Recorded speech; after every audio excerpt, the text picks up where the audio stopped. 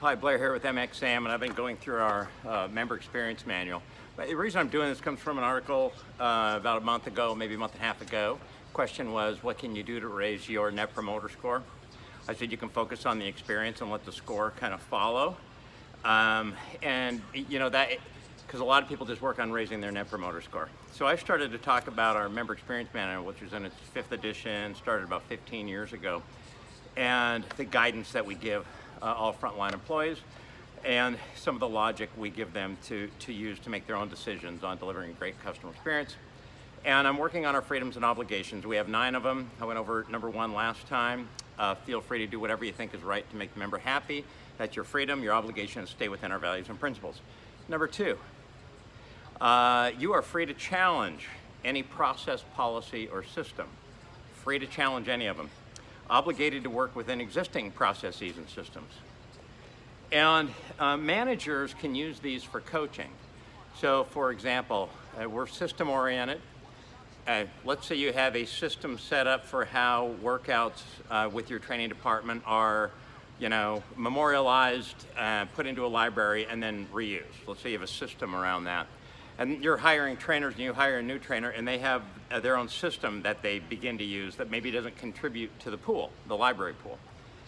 And you've trained on these. You go back to this and you say, okay, let's go over number 2. You can, if you have a better way to do it, we will adopt it. But you don't get to use your own systems or have your own policies or processes.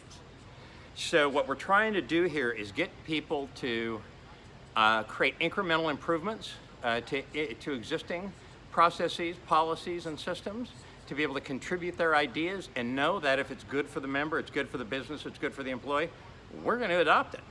Sometimes it might cost too much, or sometimes it might have to be budgeted for. But when you start to give people, this is all, the freedoms and obligations are all about empowering people to improve the business, empowering people to improve the member experience, which is all about creating customer loyalty. So there isn't anything in the member experience manual that isn't about creating customer loyalty. We're happy to share this with people.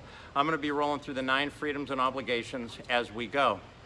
Hope your reopen goes very well. And our free reopen feedback system is available to anybody in the industry. Go to mxmetrics.com. It is killing it. We have almost 60,000 members responding in that already, and the findings are already pretty stunning. The stark contrast between the 154,000 pieces of feedback we had at shutdown and what's happening during the reopen. Get out ahead of this. This is how you handle what we talked about before, VUCA, volatility, uncertainty, complexity, and ambiguity. Is you have to have that voice of customer, see issues coming, create an agile organization, giving people freedom to move between guide rails so that they can adjust, and it becomes hopefully a winning formula for you. Until the next one, stay safe and hope your reopen goes very well.